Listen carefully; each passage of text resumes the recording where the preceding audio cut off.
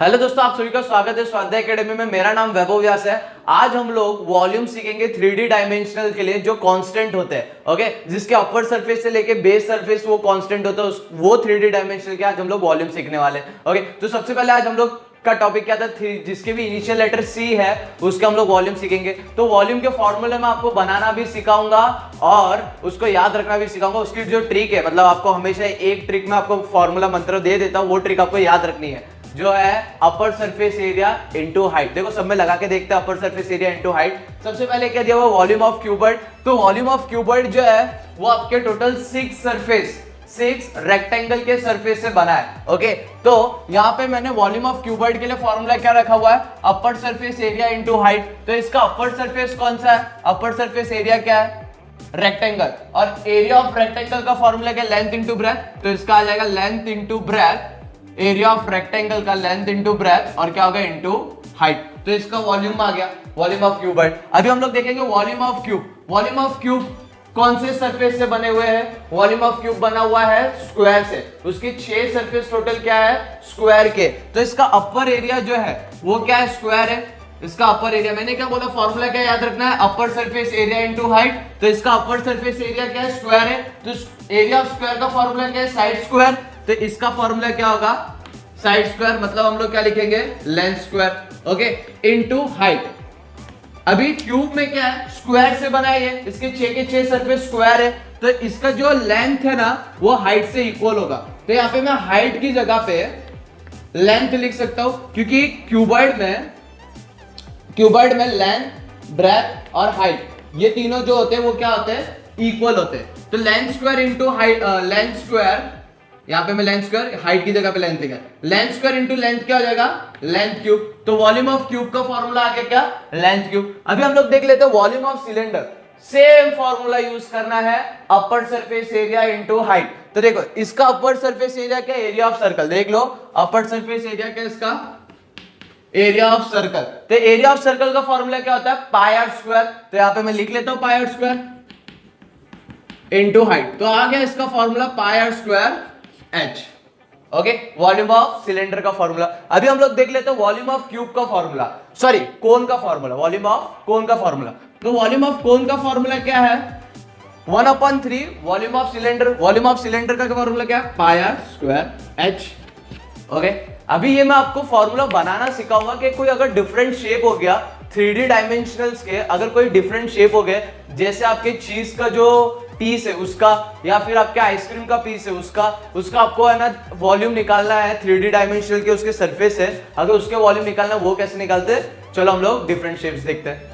तो देखो हम लोग ने लिए हुए 3 डिफरेंट शेप्स के 3D डायमेंशनल। ये जो 3D डायमेंशनल ये कांस्टेंट है अपर सरफेस से बॉटम सरफेस तक। सर ये कांस्टेंट ही अपर सरफेस से लेकर बॉटम सरफेस तक। देखो ये मैंने लिया है वॉल्यूम ऑफ चीज पीस। अभी ये जो चीज पीस है इसका अपर एरिया जो है वो क्या है, एरिया ऑफ सेक्टर। इसका बॉटम सरफेस क्या है, वो भी क्या है, एरिया ऑफ सेक्टर। तो जैसे ही है ना एरिया, अगर फॉर एग्जांपल मैं इसको बीच में से कट कर देता हूं, ऐसा कट कर देता हूं, तो इसका एरिया क्या हो जाएगा, ऊपर का सेम आएगा, कांस्टेंट ये का यही नीचे आएगा।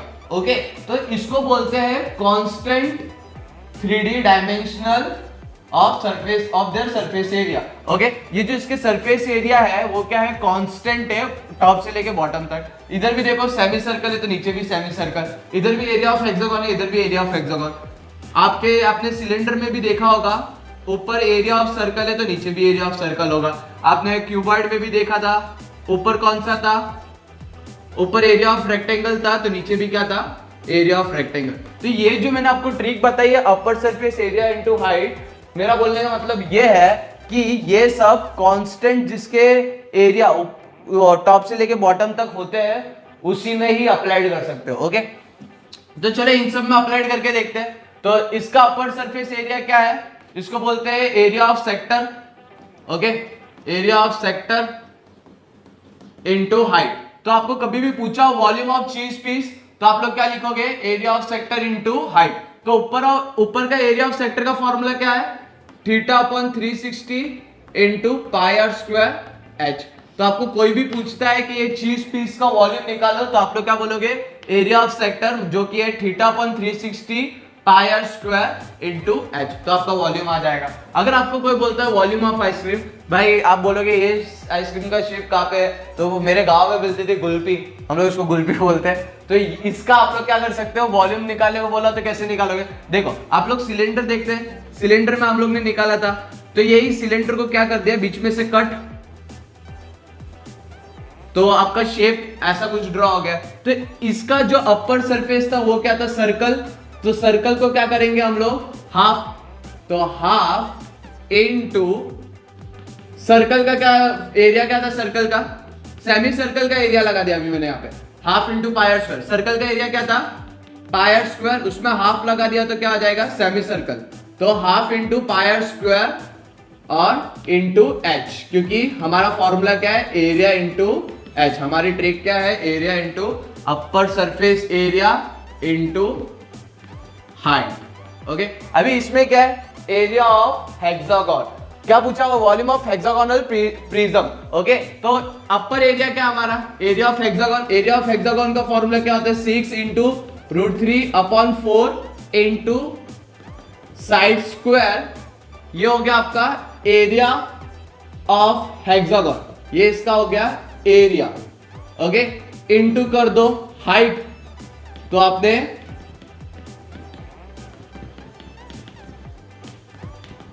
आपने इसका वॉल्यूम फाइंड कर दिया। ओके, था ना आसान। तो ऐसे जब भी आपको कांस्टेंट 3D डायमेंशनल लिखे जिसके अपर सरफेस और बॉटम सरफेस सेम हो, तो आप उसके ये वाले ट्रिक से फॉर्मूला खुद से निकाल सकते हो। लाइक करो, शेयर करो, सब्सक्राइब करो और हमें नीचे कमेंट करो कि आपको कैसी वीडियो चाहिए, किस पे कॉन्सेप्ट क्लियर करना हो। जैसे यहाँ पे मैंने ये फॉर्मूले बताए, आपको और किसके फॉर्मूले जानने हो तो मेरे को कमेंट करके बता सकते हो। Thank you.